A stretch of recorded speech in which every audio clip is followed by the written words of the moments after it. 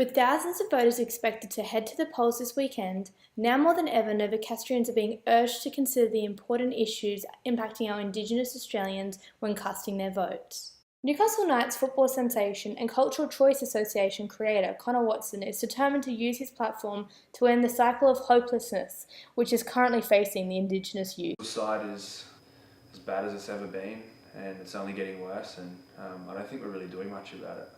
In these small communities, a lot of kids don't even have the chance to have school books to take to school. I think a lot of problems with kids start when they feel like they don't have a way out and that they're stuck in these small towns and that their life's going nowhere, and we wanted to be able to give them opportunity. I think a lot of it comes back to funding. There's not really that much being done out there. In the first 3 months of this year, 35 Indigenous Australians lost their lives to suicide.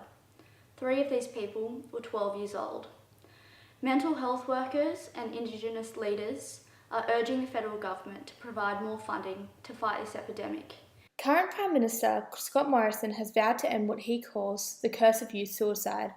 If re-elected, he has promised to invest $42 million into mental health initiatives for young Indigenous people, in the hope of creating culturally appropriate treatment options and implementing specific strategies to avoid youth suicide. The focus of these programs will be the Kimberley and other remote areas which are most affected by youth suicide. Morrison has pledged over $200 million into Indigenous youth education to provide students with more opportunities and additional mentoring and support. This move to increase funding for adolescents in both mental health and education has been praised by many. Alongside political and sporting figures doing their part to end the stigma surrounding Indigenous mental health, professors at the University of Newcastle have begun to reassess how they address the challenges faced by Indigenous communities.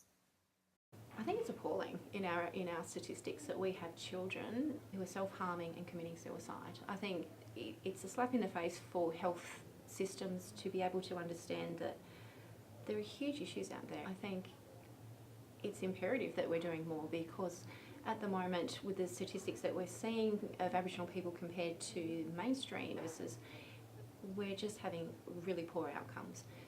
And I don't think that's purely based on locality. So we're seeing that in metropolitan areas as well as outer, more rural areas. So I think we really need to be picking up the ball on Aboriginal mental health. So part of what we do here is we're training Aboriginal doctors. So we're giving people a chance then to go out and work within their communities, and hopefully that then will facilitate more interaction between the community and health services. Keith Gibbs of Barinji Country determines that these overlooked communities welcome the possibility of greater allocation of resources to Indigenous education and mental health care. I think just being Indigenous itself, I think we're already behind the 8 ball. The kids aren't getting taught what's wrong from right, and then generation after generation, it's just really hard to break. I think education is a big one. I think trying to get them out of this cycle is a very big thing. Education is everything, and you try to pour it into these kids when they're young. Hopefully they can honestly develop into better people.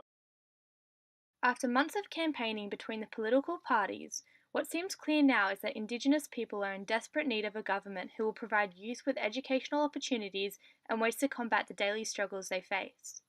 Moving forward into this weekend's election, medical professionals, sportsmen, and Aboriginal people urge the Newcastle community to consider the bigger issues when casting their vote this weekend. Olivia Brennan, NBN News.